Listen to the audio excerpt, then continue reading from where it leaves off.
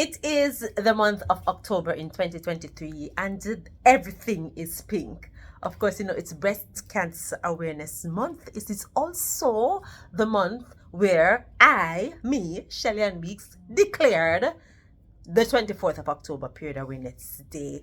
Now, I wanted to have a conversation around the stigma and shame associated with periods, and I just happened to start this whole thing in October. So, October 24th was the date.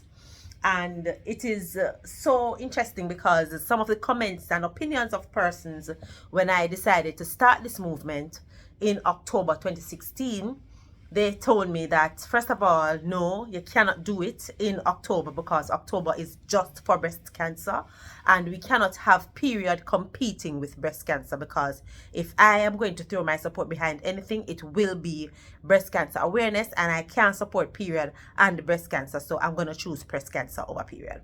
And I mean, listen, everybody's entitled to their own opinion, but my whole thought process where period was concerned is nobody was having the conversation around the stigma and shame associated with period, at least not on the scale that I could see it. And also, period and breast cancer happens in the same body. Hello, women. We experience periods and breast cancer simultaneously. Many connectivity and intersection happen between difficult periods and breast cancer. As a matter of fact, a lot of the things that we can do to have healthier periods also helps us if we have our breast cancer diagnosis. We're going to talk about that and then some. This is Big People Business. I am Shelly-Ann, author, activist, sexual and reproductive health educator, and Jamaican. Welcome. Now, let's get right into it. I did say that there is some intersection between breast cancer and periods. And one of the things that we want to ensure that we understand is that the entire body is connected, and different things in the body have repercussions and circumstances and consequences in other parts of the body. So let's look at the connection between period or what your period can tell you about your chances of having breast cancer, or even your breast cancer diagnosis, how it can affect your breast cancer diagnosis. And one of the first thing is that girls who start period at an earlier age, that means if you start your periods before you turn 12, have a higher risk of contracting breast cancer when they get older. That is a statistic that is very frightening as far as I'm concerned, because when we look at the fact that girls are starting periods younger and younger in these times, it is really concerning. The average age of first period used to be somewhere around 12. Now it's dropping to 10. I actually have girls on my roster from the work that I do at HerFlow that are as young as 8 who are menstruating. So there is a direct connection between the time when the period starts and the likelihood of that person getting breast cancer when they become older. So that is something to be concerned about. Another thing about breast cancer and period is that women who experience menopause after the age of 55 have a higher risk of getting breast cancer. So basically, the longer that you have a period for in your life, so if you get it early, or if you have it until late menopause, or if you start menopause later in life, then you have a higher chance of getting breast cancer.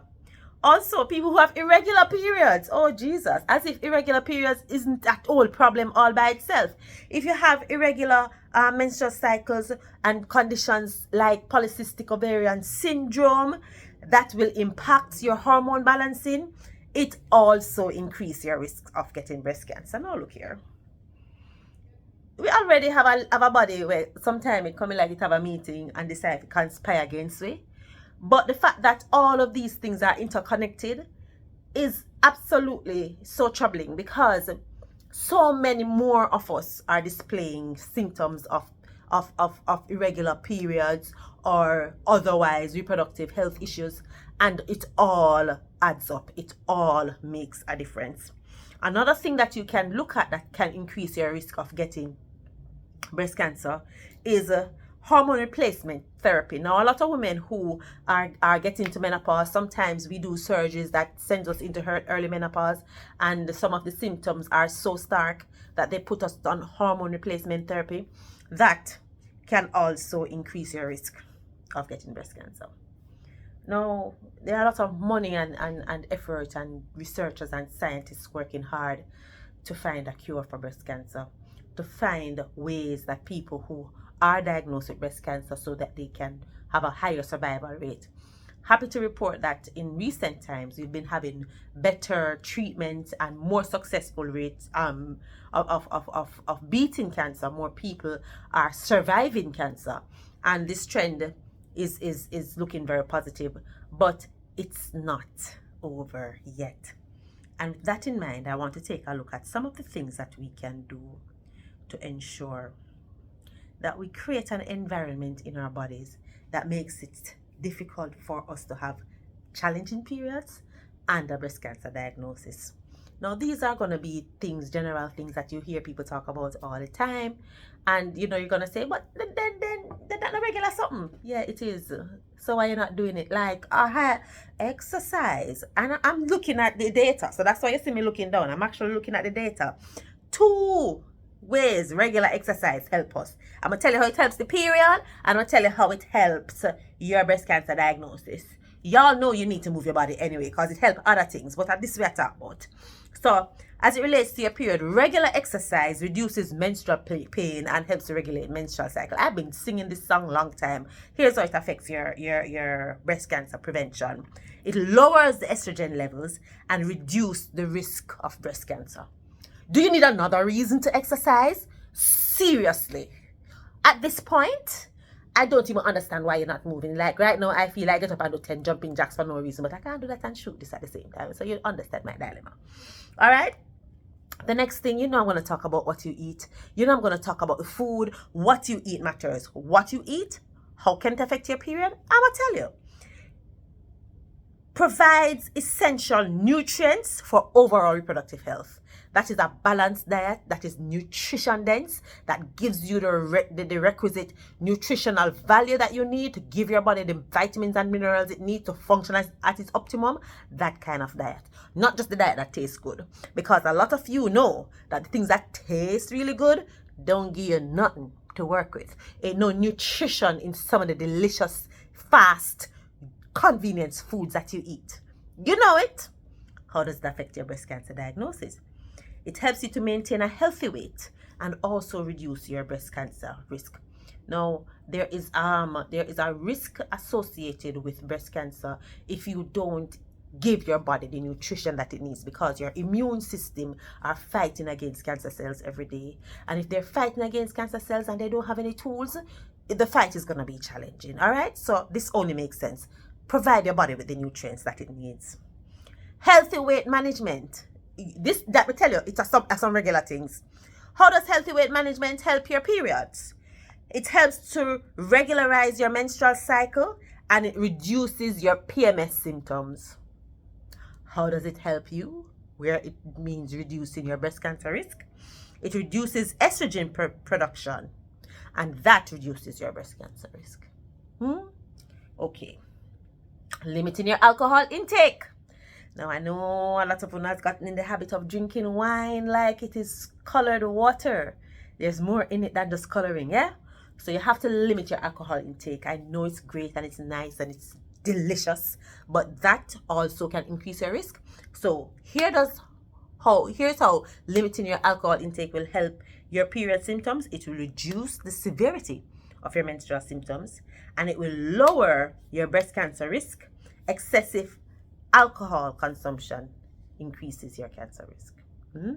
So think about that. Smoking. I'm not convinced you say smoking bad for you, so I don't think I really need to explain this. So I'm gonna move on to the next one.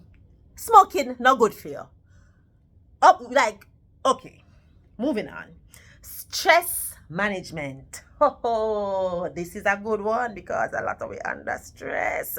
And stress is also causing all kinds of other havocs on different parts of our bodies. And of course, it affects our periods because if you manage your stress, you can do things like yoga, like meditation, exercise. I spoke about that earlier. You can look at conflict resolution tips. You can look at different ways how you and the people in your life can manage your relationship so that you know how to relate to each other in a way that reduces your overall stress. So stress management is integral to managing your period because it helps to maintain your overall health and well-being, as well as it reduces your menstrual pain. Some of you have very difficult period because gonna stress out. I said it. In terms of cancer, its stress reduces hormone relating challenges that helps to lower your breast cancer risk. Another thing that you have to look at is your sleep. You need adequate sleep. Ladies, y'all need to go to your bed. I tell you all the time, turn off the TV and go your bed. Seriously, y'all know that reducing the amount of tech time that you have and setting a space where you can get adequate rest is necessary to your overall health. I don't need to spread that and teach that to you any further. I've been singing this song, right? Adequate sleep is important. And this is the tool that a lot of people in the business have been telling you is to get adequate screenings, get regular screenings, touch yourself, feel up your own breast them. When you go to the doctor to get your annual checkups, check for breast, check your breast for any sort of abnormalities and tissue changes or any sort of risks and all of that. You have to get in touch with your body. You have to get intimate with yourself. This is necessary both for periods and for breast cancer. All right. And before I wrap up, I want to tell you something that a friend of mine told me. She's a very big supporter of what it is that I do. But initially, when I was talking to her in 2016 about this project, she said to me that October is for breast cancer. Why am I competing? And I really had a challenge with that statement because I don't see it as a competition at all. I see it as us looking at the body in a holistic way and looking at the different things that can cause our body harm and try to give it a more comprehensive way to treat it so that it can operate at its best. Breast cancer and period poverty and period issues are something that are all interconnected and interlinked. You didn't think about it, did you? There are people who have breast cancer who don't have money. So period poverty affect them too. A very close friend of mine has breast cancer. Well, she's a survivor of breast cancer. And when she was on chemo, her period stopped. And then when she came off chemo, she got better and she's in remission. And when she came off chemo, months later, her period came back with a vengeance, like her period was vexed with her. And now she had to deal with the challenges of getting used to this new body and, the period that comes with it, and all of it had its challenges. And I just want us to bear that in mind, because even though the most difficult part right now for somebody with a breast cancer diagnosis is the cancer, the rest of their bodies are still doing what they do, and they can also be affected, and that includes your period. So don't think of it as a separate thing. It is all one organism, and for somebody that we love, they need our support on all different spaces and aspects, and we need to be able to do that for them and be there for them and ensure that we give them the support that they need, because every maker make a marker. I just want to say to all of the cancer warriors to continue the fight. We are here to fight with you, and for those who have lost loved ones to cancer, be consistent in remembering them, remembering who they were and all they meant to you, because they live on through you. I'm gonna leave it there. Take care. Remember, before I go, be kind, especially to yourself. I am Shelly-Ann Weeks, author, activist, sexual and reproductive health educator, and Jamaican, and this has been Big People Business. See you next time.